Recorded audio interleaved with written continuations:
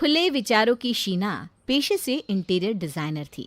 Love marriage में रवि से शादी हो जाती है, लेकिन शादी के बाद मैंने पापा को साफ बोला है कि शादी में कोई फर्नीचर ना दे। पहले मैं घर देखूंगी, फिर डिसाइड करूंगी कि कैसा फर्नीचर खरीदना है। जो सही है ना? सही है। वैसे क्या कमी है मेरे घर के फर्नीचर में? सही तो है। माँ की पसंद का रॉयल लुक। रॉयल लुक बंगलों में अच्छा लगता है, 3 कमरों के फ्लैट में नहीं, समझे? बड़े बड़े फर्नीचर हैं। अरे पूरे घर में चलने की जगह नहीं है। देख लो भाई, तुम ठहरी इंटीरियर डिज़ाइनर, तुम्हारा अपना टेस्ट है और माँ का अलग टेस्ट है घर को सजाने का। खैर, रीना कुछ दिन बाद जब काम से फ्री होती तो कभी घर का नाप लेती, तो कभी सामान यहाँ वहाँ खिसकाती। सास रोज शीना को देखती कि वो क्या कर रही है, लेकिन कुछ नहीं बोलती। फिर एक दिन सास देखती है कि शीना घर के फर्नीचर की फ़ोटो खींच रही है। ये क्या कर रही है बहू? फोटो क्यों ले रही है घर के फर्नीचर की? वो क्या है ना माँ जी, घर का सारा सामान ऑनलाइन बेच रही हूँ और फिर अपने तरीके से लूँगी। देख, कल तो तू मेरी भी फोटो ले रही थी, कहीं हमें भी तो नहीं बेच रही ना? कैसी बात कर रही हैं माँ जी, अब इस उम्र में आपको कौन ही खरीदेगा। अब ये ना बोल बहू, एक बार तेरे को कोई देखे ना देखे, हमें देखने वाले बहुत है, समझी? वैसे मेरे घर का कोई सामान कहीं नहीं जाएगा। अगर तुझे घर सजाना है तो मेरे मरने के बाद सजाना। ये क्या बात होती है माँ जी? ये तो कोई बात नहीं होती। मैं नहीं मान सकती ये बात। देखिए, मैं ना इंटीरियर डिज़ाइनर हूँ। कल को मेरे घर कोई आता है तो क्या बोलेगा, कितना ओल्ड फैशन है। देख बहू, माना मैं पुराने तरीके से घर सजाती हूँ, पर ये मेरा तरीका है। और हाँ, तेरी तरह मुझे भी घर सजाने का शौक़ था। बस मैंने कोई कोर्स नहीं किया दूसरों के घर सजाने के लिए। मैंने खुद के दिमाग से खुद का घर सजाया, समझी? बहू को गुस्सा आ जाता है कि भाई ये क्या मजाक है, उसके जैसी हाई प्रोफाइल डिज़ाइनर ऐसे घर में रहेगी? ना बाबा ना। अगले रोज़ कोई तो तरीका निकालना होगा इस अजायब घर को घर बनाने के लिए। मैं इस घर में कैसे रह सकती हूँ? ये तो संभव ही नहीं है। क्या संभव नहीं है बहू? यही माँ जी, इतना बड़ा क्रॉकरी रखने के लिए शोकेस कौन रखता है, वो भी रास्ते में। मैं क्या सोच रही हूँ, इसे हटा ही देते हैं। रास्ते में? कहाँ रास्ते में? अरे बहू, किसके रास्ते में? ये मुझे तो साइड में लग रहा है। माँ जी, आप नहीं समझेंगी, आंखों में ना चुभ रहा है, जैसे आर्ट सा लग रहा है, स्मूथ नहीं है। क्योंकि ये फ्यूज़न है, पता है? ये जो अलमारी है ना, वो राहुल के दादा के ज़माने की है। तब वे जंगल जाते थे शिकार करने, वहीं से लेकर आए थे। हाँ माँ जी, लेकिन अब तो ये पुराना हो गया है। कब वो जंगल जाते थे, अब तो वो ज़माना ही नहीं रहा। तो ना रहे, पर ये अलमारी यहाँ से नहीं हटेगी। बोल दिया तो बोल दिया, समझी? सास तो चली जाती है, लेकिन थोड़ी ही देर में बेल बजती है। दरवाजे में बहू की हाई प्रोफाइल सहेलियाँ होती हैं। अरे रिंकी मिन्नी, आओ आओ, कैसे आना हुआ? यार, तेरे घर साड़ी पहनकर नहीं आई, तेरी सास कुछ बोलेगी तो नहीं ना? अरे नहीं नहीं, ये लोग ना नए विचारों के हैं। वैसे कैसे आना हुआ? अरे ये बोल रही थी, तूने मायका तो चमका कर रखा है, चल देखिए ससुराल को कैसे डिज़ाइन किया है। लेकिन ये क्या, जैसे ही उन लोगों की नज़र घर के अंदर पड़ती है तो हैरान रह जाती हैं। वो कुछ कहती तभी सास भी आ जाती है। अरे बहू, तेरी सहेलियाँ आई है, आओ आओ बैठो। बहू, सहेली को बिठाओ। क्या खाना है इन लोगों को मुझे बता दो, मैं बना देती हूँ। सास चली जाती है किचन में और सहेलियाँ पूरा घर घूर घूर कर देखती हैं। यार ये क्या, ये तो लग रहा है जैसे बाबा आदम के ज़माने का घर है। सारी फर्नीचर इतने पुराने। क्या बोलूँ यार, मेरी सास अपना पुराना फर्नीचर बाहर रखने को तैयार ही नहीं है। मैं कैसे लाऊं नया फर्नीचर? बस इतनी सी बात, मेरी सास भी ना ऐसी ही थी।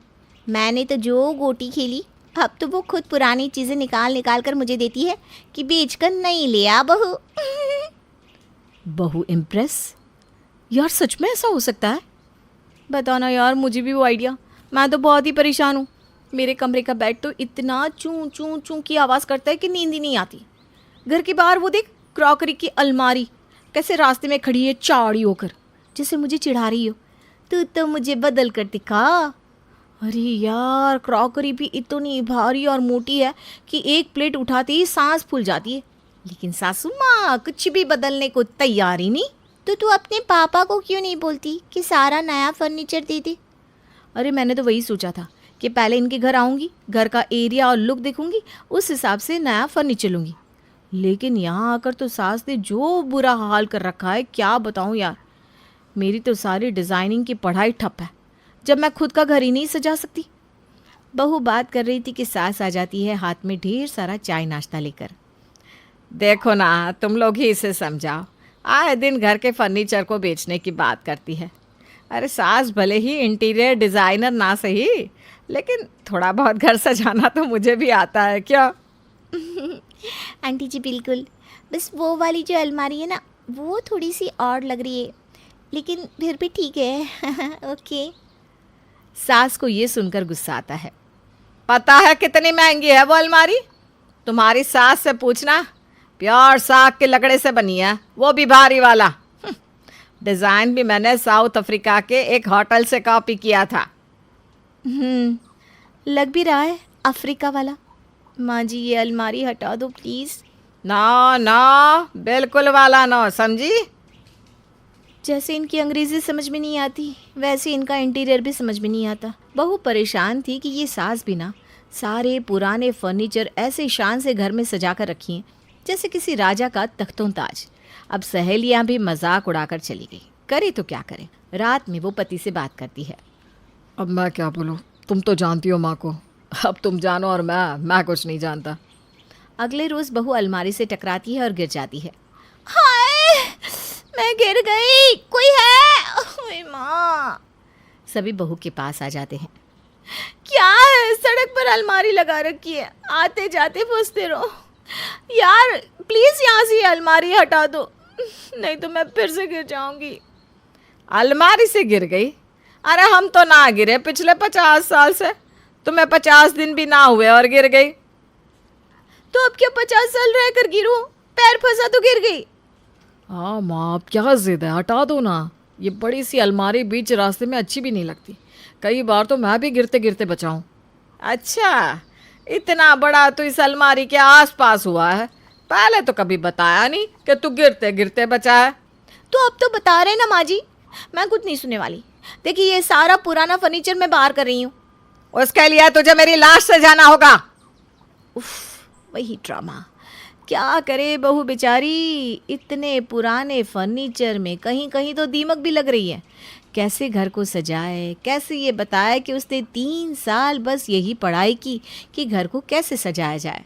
लेकिन जब बात खुद के ससुराल की आई तो बात हो गया। ये क्या बात होती है कि लाश के ऊपर से फर्नीचर लेकर जाना। न जाने कौन से ज़माने के फिल्मी डायलॉग चल रहे हैं माँ के पास तुम्हारी। तभी घर की बेल बजती है। एक आदमी लाल टोपी काला चश्मा लगाकर अंदर आता है। जी बताइए, कौन है आप? मैं हूँ, यानी मैं हूँ पुरानी चीज़ों का दीवाना। वैसे आप भी कम पुरानी नहीं लग रही हैं। नहीं, ज़्यादा पुरानी नहीं हूँ मैं। वैसे किसके दीवाने बता रहे थे आप खुद को? जी मैं पुराने एंटीक फर्नीचर खरीदता हूँ और उसे दोबारा चमका कर विदेशों के राजा महाराजा को बेचता हूँ। सुना था और अब देख भी लिया कि कितने अच्छे डिज़ाइन के फर्नीचर है आपके घर में। क्या मुझे बेचेंगी? मुंह मांगी कीमत दूंगा इनकी, बोलो तो एडवांस अभी दे दूं। ये बोलकर वो आदमी नोटों की गड्डी सास के सामने रख देता है। सास इतने सारे पैसे देकर हैरान रह जाती है। हाँ, क्यों नहीं, ले जाइए, जो चाहिए सब ले जाइए। रुकिए, ये क्या बात होती है माँ जी? मैं बेच रही थी तो नहीं, और अब इस बुढ़ी को सारा फर्नीचर दे रही हैं।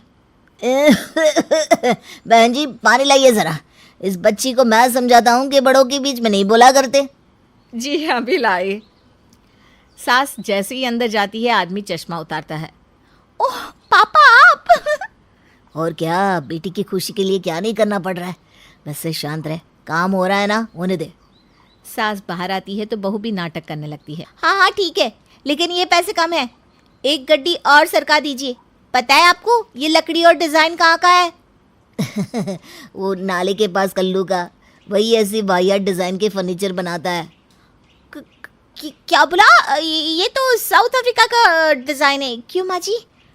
अरे अब पता नहीं कौन से अफ्रीका का है, साउथ नॉर्थ ईस्ट वेस्ट। मैं कमरे में जा रही हूँ नोट गिनने। बहू तो ये ना सारा फर्नीचर खाली करवा देना, और हाँ वो वाली अलमारी तो निकाल ही देना, तो बार बार गिरती है ना, अच्छा नहीं लगता है।